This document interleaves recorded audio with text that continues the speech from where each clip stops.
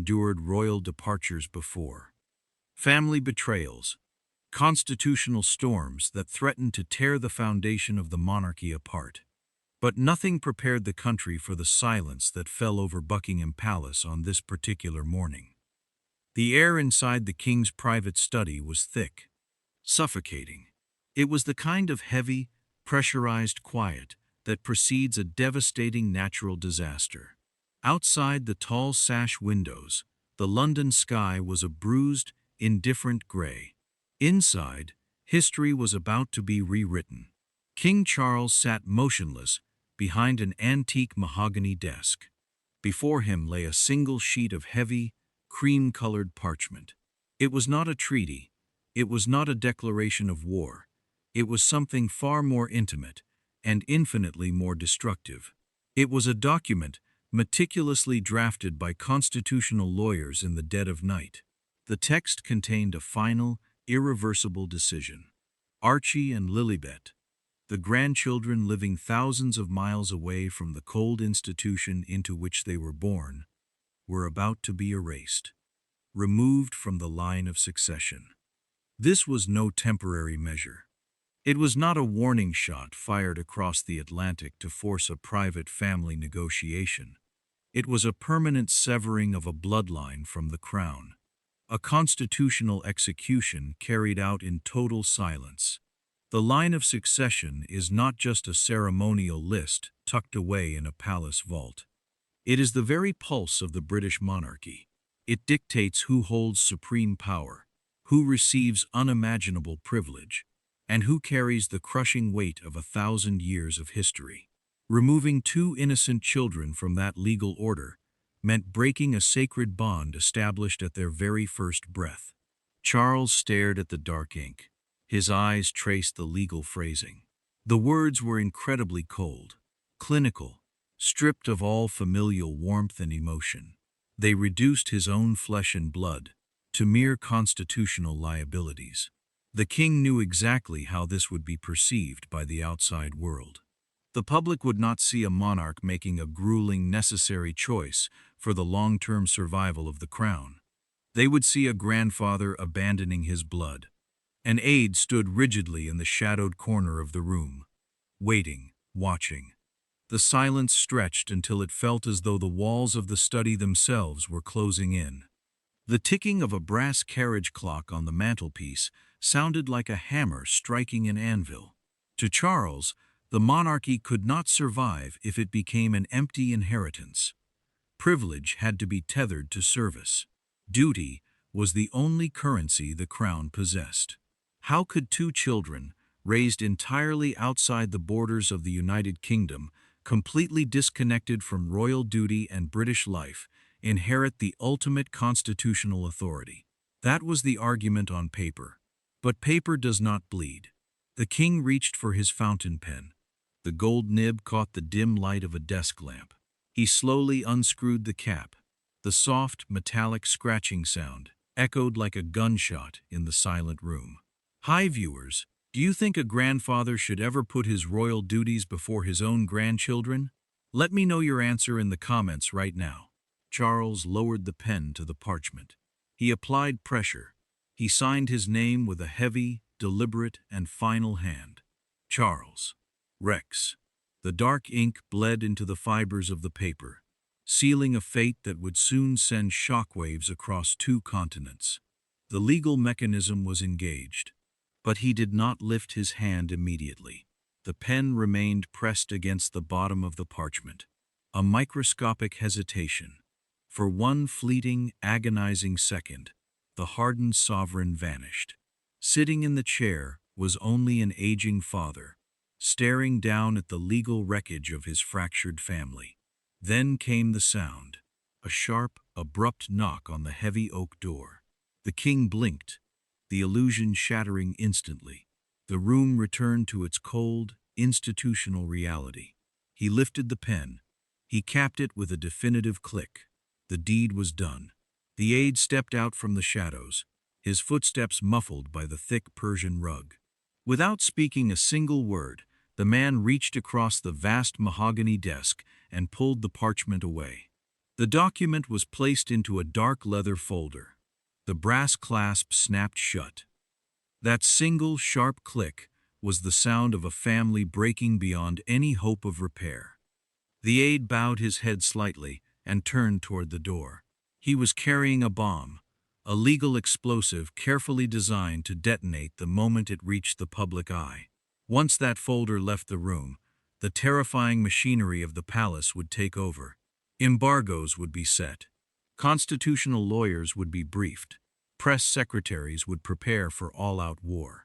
There was absolutely no turning back. Yet, the most dangerous threat to the king's unilateral decision was not currently sleeping in a sunlit mansion in California. The true danger was awake. The true danger was currently walking down the East Gallery of Buckingham Palace. Prince William moved with rapid, focused purpose. His security detail trailed a respectful distance behind him. The Prince of Wales had spent his entire morning reviewing routine patronages, military appointments, and charitable initiatives.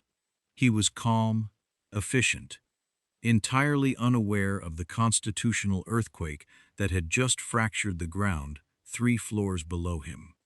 William had long ago accepted the deep fractures within his family. He had built a psychological fortress around his own wife and children, shielding them from the toxic, transatlantic fallout. He understood the brutal necessity of duty. He understood that the crown must always survive, no matter the personal cost. But he also understood the incredibly fragile balance of public perception. The future king believed he knew every single move the palace was making. He believed the line of communication between him and his father was absolute and unbreakable. He was wrong. As the aide carrying the leather folder stepped out of the king's private study, he joined the labyrinth of palace corridors. The decree was now in motion. It was moving rapidly toward the private secretary's offices, where it would be formally sealed, digitized, and prepared for global broadcast. William turned a sharp corner. His leather shoes echoed loudly on the polished marble floors. He was heading straight toward his father's private apartments. He carried a stack of standard briefing papers, ready to discuss the week's upcoming engagements. A mundane, ordinary Tuesday. He had no idea that the document inside that approaching leather folder was about to set his entire inheritance on fire. He had no idea that his father had just bypassed him entirely, making a massive, generational decision that William would ultimately have to answer for when he took the throne. The aide carrying the decree turned into the main grand hallway. William was only 50 feet away. The space between them was closing rapidly, a collision of total ignorance and irreversible truth. The future king walked directly toward the devastating secret, completely blind to the fact that the monarchy he was destined to rule had just been pushed to the brink of absolute war. The grand hallway of Buckingham Palace is not a place for sudden movements. It is a corridor built for measured steps, for whispered deference, for the slow, agonizing grind of centuries-old tradition. But as Prince William approached the king's private secretary, the rhythm of the palace shattered. William stopped. The aide stopped. The leather folder rested heavily against the aide's dark suit. It was an ordinary object, unremarkable. Yet, the Prince of Wales possessed an instinct, honed by decades of survival within the royal machinery. He saw the subtle tension in the aide's shoulders, the slight, almost imperceptible downward shift of the man's eyes, the avoidance of direct royal contact. Something was wrong. William extended his hand. He did not ask a question. He did not issue a formal command. The gesture itself was an absolute demand. The aide hesitated. A fatal, terrifying pause. The man was caught between the sworn authority of the current monarch and the undeniable gravity of the future king.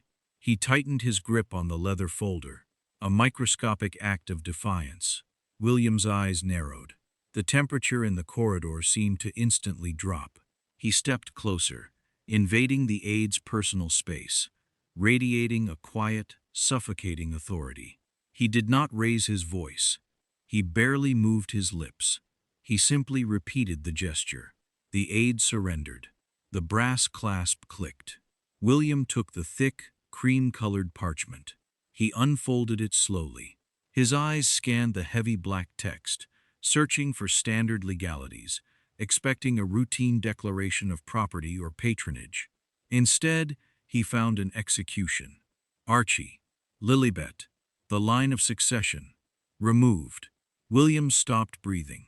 The silence in the corridor became absolute. He read the final paragraph, outlining the children's removal again. Then a third time. The words did not change. They sat there, cold and indifferent, mocking the fragile peace he had tried to maintain in the public eye. He looked up. His face was entirely devoid of color. The dutiful son vanished, replaced instantly by an heir who recognized a catastrophic failure of leadership. When was this drafted? The question cut through the air like a blade. The aide swallowed hard, his voice barely a whisper against the marble walls. He admitted the truth. The review had been underway for months, in secret, behind closed doors, kept deliberately hidden from the Prince of Wales. Betrayal. William handed the parchment back. His movements were mechanical, precise, dangerous. He realized instantly what this meant. His father had made a massive generational decision alone. But Charles would not be the one to bear the long-term cost. When the public fury erupted, when the accusations of cruelty and isolationism flooded the international press, it would be William's inheritance that burned. Charles was aging. William was the future, and his father had just set that future on fire. Without another word, William turned. He ignored his security detail. He bypassed his scheduled briefings. A furious Prince of Wales stormed toward the king's private apartments. For the first time in his life, the dutiful son was ready to tear down his father's authority. 9 time zones away, the morning was entirely different. The California sun poured through the massive windows of the Montecito estate. It was warm, golden, a perfect, tranquil sanctuary, built entirely to keep the cold machinery of London at a safe distance. Here, there were no aides, no leather folders, no hushed corridors. There was only a father, watching his children. Harry sat on the terrace, a cup of coffee in his hand. Inside, Lilibet's laughter echoed faintly from the playroom. Archie was chasing the family dog across the manicured lawn. It was an image of absolute peace, a life bought with an incredibly heavy personal cost, but a life that felt entirely secure. Then, the phone rang. Not his public device, not the phone managed by his press team, his secure, encrypted line. Harry glanced at the screen.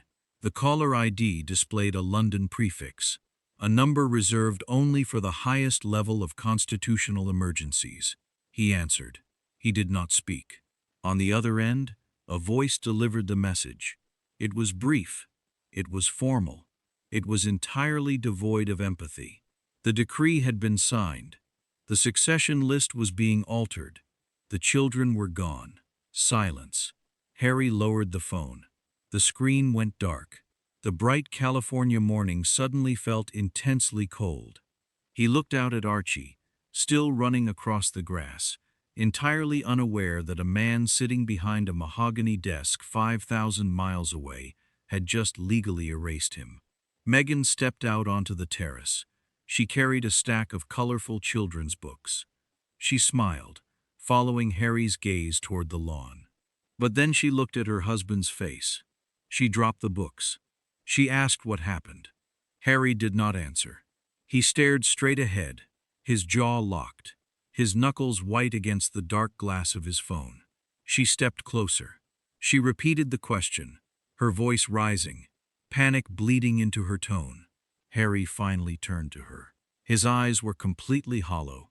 He told her that their children had been stripped of their constitutional birthright, not through a conversation, not through a family meeting, through a silent, unilateral legal strike. Meghan did not scream. She did not cry. Her shock instantly calcified into a rigid, impenetrable armor. She looked back at her son, then turned her gaze toward the ocean, looking in the direction of an island that had just rejected her family for the final time. This was not a bureaucratic adjustment. It was an attack. Harry stood up. He did not call his father. He did not call his brother. The time for family pleas had ended the moment that ink dried on the parchment. He unlocked his phone. He dialed a California number. He uttered a single, chilling instruction to his lead attorney: prepare the response. But back in London, the oak doors to the king's private study did not just open, they yielded. William burst into the room.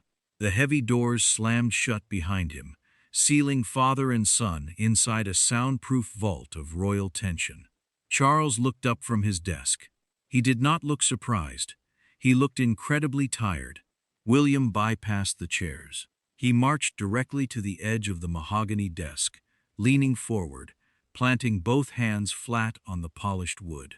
The physical distance between the monarch and the heir was inches. The emotional distance was measured in light years. Is it true? Charles did not flinch. He adjusted his reading glasses. He spoke in the slow, measured cadence of a sovereign addressing a subordinate. He confirmed the decree. He cited constitutional law. He spoke of duty, of the necessity of British residence, of the danger of empty titles held by foreign citizens. William let him finish. He let the hollow, bureaucratic justifications hang in the heavy air. Then he struck back.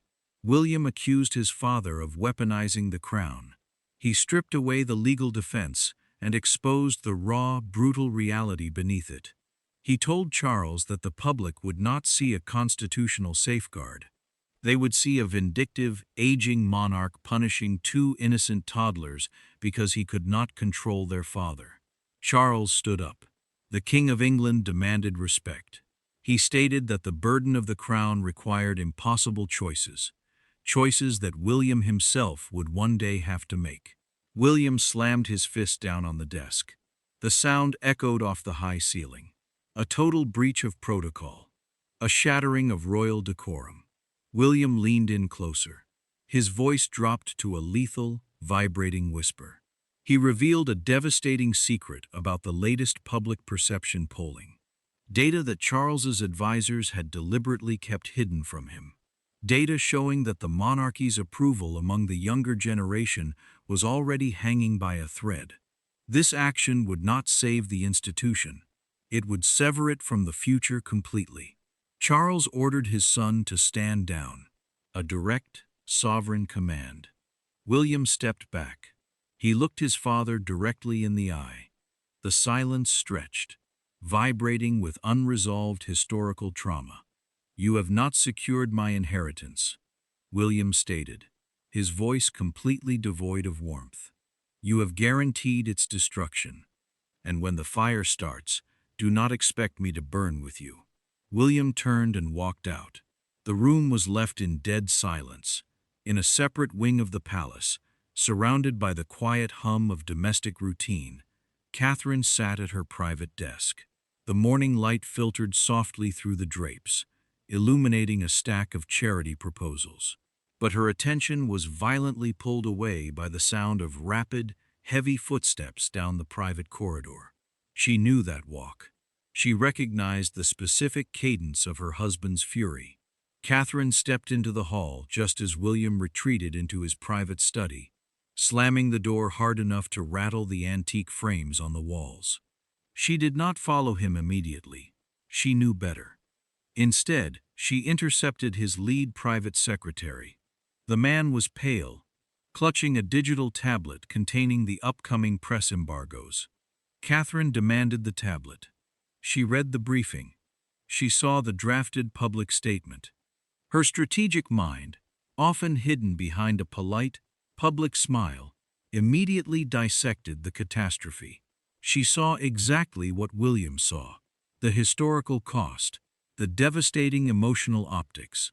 But Catherine saw something else, something William, blinded by his rage at his father, had missed entirely. She scrolled to the third paragraph of the palace's drafted statement. She stopped. Her eyes locked onto a specific, carefully chosen phrase regarding the Sussex children's future lack of service. It was a trigger. Catherine knew Harry. She knew his deep, unresolved trauma. She knew his fierce, protective desperation when it came to his wife and children. That specific phrase was not just a legal explanation, it was a psychological weapon. If that statement went public, Harry would not just release a PR response. He would declare all-out, scorched-earth warfare. He would release everything, every secret, every private conversation. The monarchy would not survive the retaliation. William was too angry to fix this. Charles was too stubborn to reverse it. The men of the House of Windsor were locked in a generational cycle of mutually assured destruction. Catherine placed the tablet gently onto a side table. She walked back into her private sitting room. She bypassed her official, monitored palace phone. She opened a locked bottom drawer in her antique writing desk. She pulled out an unlisted, prepaid mobile phone, a phantom device that existed entirely outside the surveillance of the Royal Communications team. She sat on the edge of her chair. She took a slow, deep breath, steadying her racing heart. She dialed a number she had committed to memory years ago, a number she had not called since the family fractured. She was about to cross enemy lines. But she knew that a single conversation, an unauthorized whisper in the dark, might be the only thing left to stop the total annihilation of her family's legacy. As the line connected, ringing silently across the Atlantic toward a furious father in California, the fate of the British monarchy hung on whoever answered the call. Who will pick up the phone? What secrets will be leveraged in the shadows? In the next chapter, the ultimate transatlantic showdown begins, and a midnight ultimatum will force a devastating sacrifice that no one saw coming.